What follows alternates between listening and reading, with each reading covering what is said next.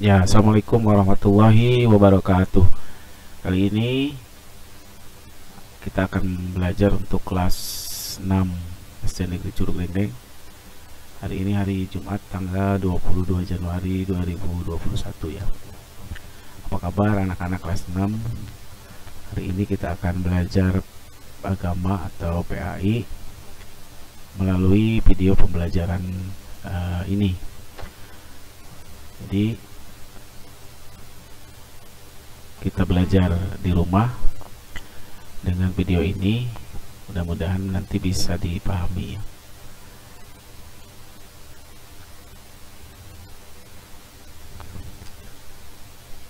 Dipersiapkan terlebih dahulu untuk sebelum nanti dimulai. Kita berdoa terlebih dahulu.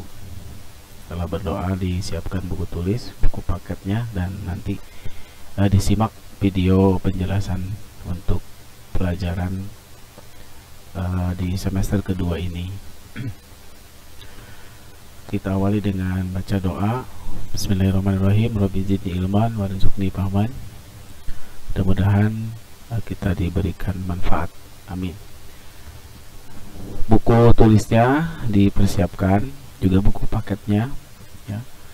Dan di buku tulis itu ditulis sebelumnya lafaz Bismillahirrahmanirrahim ya, kemudian hari dan tanggal. Seperti di kelas ini diawali dengan lafaz Bismillah, kemudian hari dan tanggal. Selanjutnya untuk pertemuan pertama ini untuk kelas 6 kita mengawali pelajaran PAI pada KD 3.8, yakni memahami kisah teladan Nabi Yunus alaihi salam ya. Jadi untuk pertemuan pertama ini ditulis KD 3.8, memahami kisah teladan Nabi Yunus alaihi salam.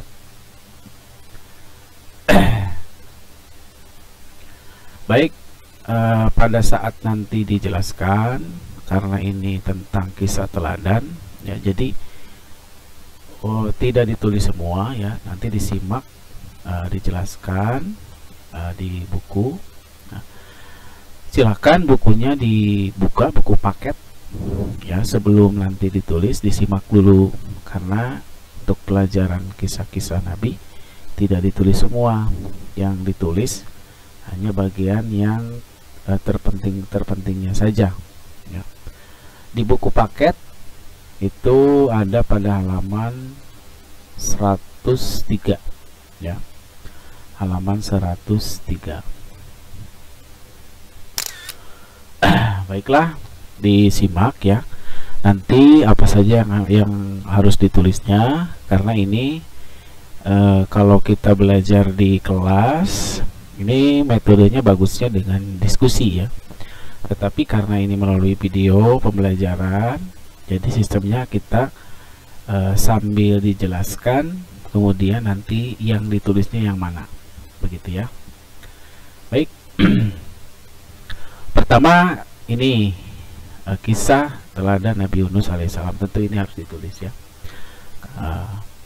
Kemudian disimak dulu ya. Nabi Yunus alaihissalam adalah salah satu nabi yang mengalami kehidupan dalam 3 kegelapan, yaitu kegelapan di dalam perut ikan, 2 kegelapan di lautan, dan 3 kegelapan malam.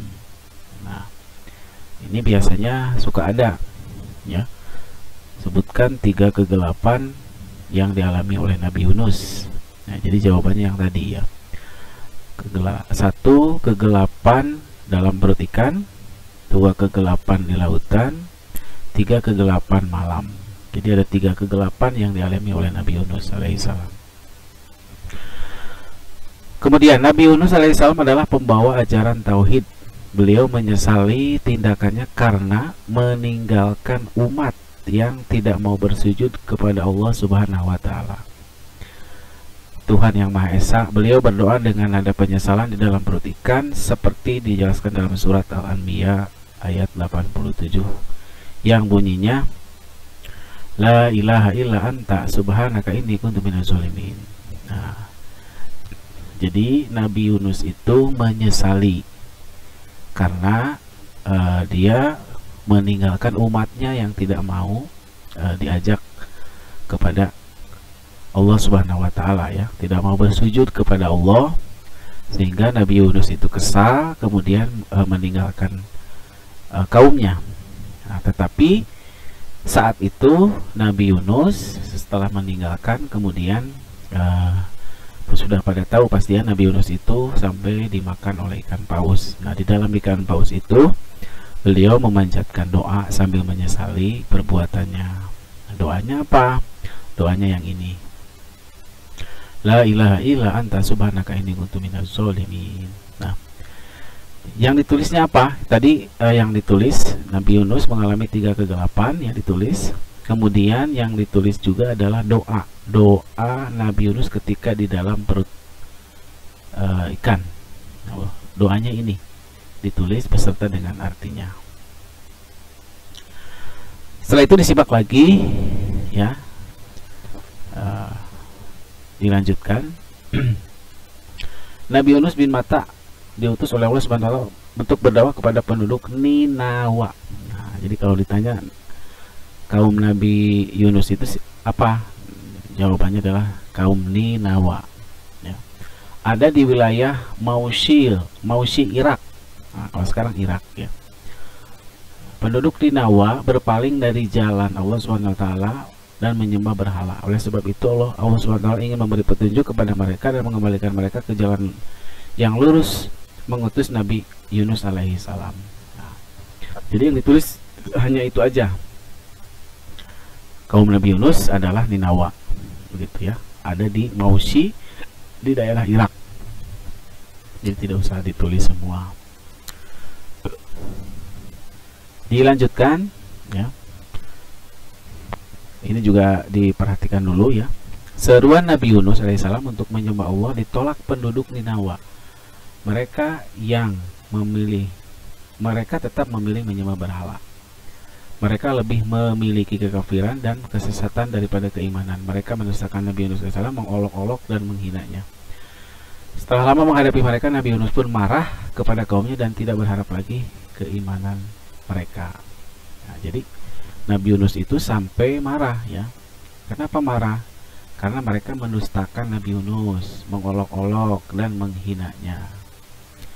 Jadi kalau ditanya kenapa Nabi Yunus marah, ya, ini jawabannya, mereka mendustakan Nabi Yunus, mengolok-olok dan menghinanya. Yang ditulis apa? Yang ditulis untuk paragraf ini, ya, adalah mulai dari ini. Mereka mendustakan Nabi Yunus, mengolok-olok dan menghinanya. Setelah menghadapi mereka, Nabi Yunus marah kepada kaumnya dan tidak berharap lagi keimanan mereka. Nah, itu yang ditulis, ya. Kemudian selanjutnya diperhatikan lagi, Allah Subhanahu wa taala mewahyukan kepada Nabi Yunus untuk membimbing kaumnya, memberitahu bahwa akan mengazab umat Nabi Yunus setelah berlalu 3 hari. Lalu Nabi Yunus menyampaikan perihal azab itu kepada kaumnya, kemudian dia pergi meninggalkan mereka. Ini tidak usah ditulis, ya. Kemudian kaum Nabi Yunus alaihissalam telah mengetahui azab Allah akan datang. Mereka melihat Nabi Yunus telah pergi meninggalkannya. Dengan demikian mereka yakin azab akan turun. Maka mereka segera bertobat kepada Allah SWT dan menyesali sikap mereka selama ini. Ketika itu mereka berdoa memohon ampunan kepada Allah SWT agar azab itu diangkat dari mereka. Allah SWT menjauhi azab itu dari mereka karena kesungguhan doanya. Jadi setelah ditinggalkan Nabi Yunus, dikasih tahu akan ada azab, baru kaumnya kaumnya bertobat kepada Allah Subhanahu wa taala. Tetapi Nabi Yunus sudah meninggalkan mereka, ya. Sampai dijelaskan di dalam Al-Qur'an surat Yunus, ya. Surat Yunus itu urutan ke-10 ayat 98. Bunyinya falaula kana qaryatun amanat fanafa'aha imanuha illa qauma Yunus lamma amanu kasyafna anhum adzabal khizi fil hayati dunya wa mata'nahum ilahin. Artinya maka mengapa tidak ada penduduk suatu negeri, ya negeri pun yang beriman, lalu imannya itu bermanfaat kepadanya selain kaum Yunus. Nah, ketika mereka kaum Yunus beriman, kami hilangkan dari mereka azab yang menghinakan dalam kehidupan dunia, dan kami berikan kesenangan kepada mereka sampai waktu tertentu. Jadi doanya diijabah oleh Allah Subhanahu wa taala ya. Nah, kemudian itu ditulis tidak yang ini ayatnya. Ini ditulis saja ya, yang ayat ini ditulis yang menjelaskan tentang kaum Nabi Yunus yang bernama Ninawa itu bertobat kepada Allah Subhanahu wa taala. Selanjutnya untuk yang ini ya, ada sebuah gambar nih. Nah, ini ada sebuah gambar. Gambarnya diperhatikan.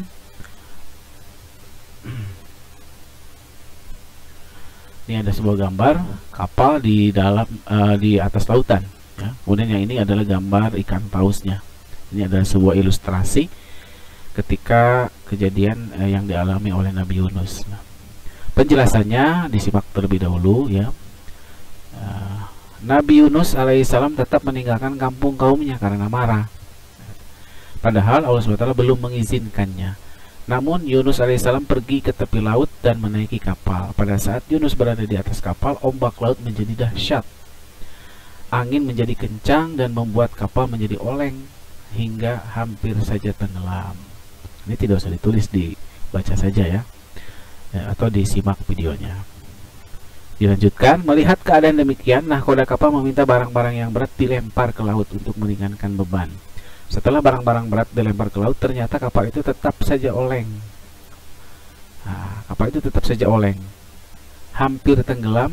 Para penumpangnya bermusyawarah untuk meringankan beban kapal dengan melempar seseorang ke laut.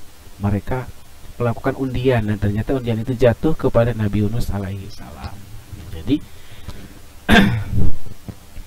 pada saat Nabi Yunus berada di atas kapal ya, kemudian terjadi ombak yang besar, angin yang kencang, sampai barang-barangnya diturunkan agar tidak terjadi oleng. Nah, tetapi tetap saja kapalnya oleng, sehingga sampai melakukan undian ya, yang jatuh kepada Nabi Yunus ya. Nah, setelah itu tetapi mereka tidak mau jika Nabi Yunus harus terjun ke laut, maka undian pun diulangi lagi. Nah, sampai undiannya beberapa kali ya. Dan ternyata jatuh kepada Nabi Yunus lagi. Nah, hingga undian itu dilakukan sebanyak 3 kali dan hasilnya tetap sama. Jadi memang ini adalah pelajaran untuk Nabi Yunus ya, dari Allah Subhanahu wa taala. Walaupun diundi 3 kali, tetap Nabi Yunus harus terjun ke laut ya. Maka Nabi Yunus bangkit dan melepas bajunya, kemudian melemparkan diri ke laut. Nah, ini tidak usah ditulis, dibaca saja ya. Kemudian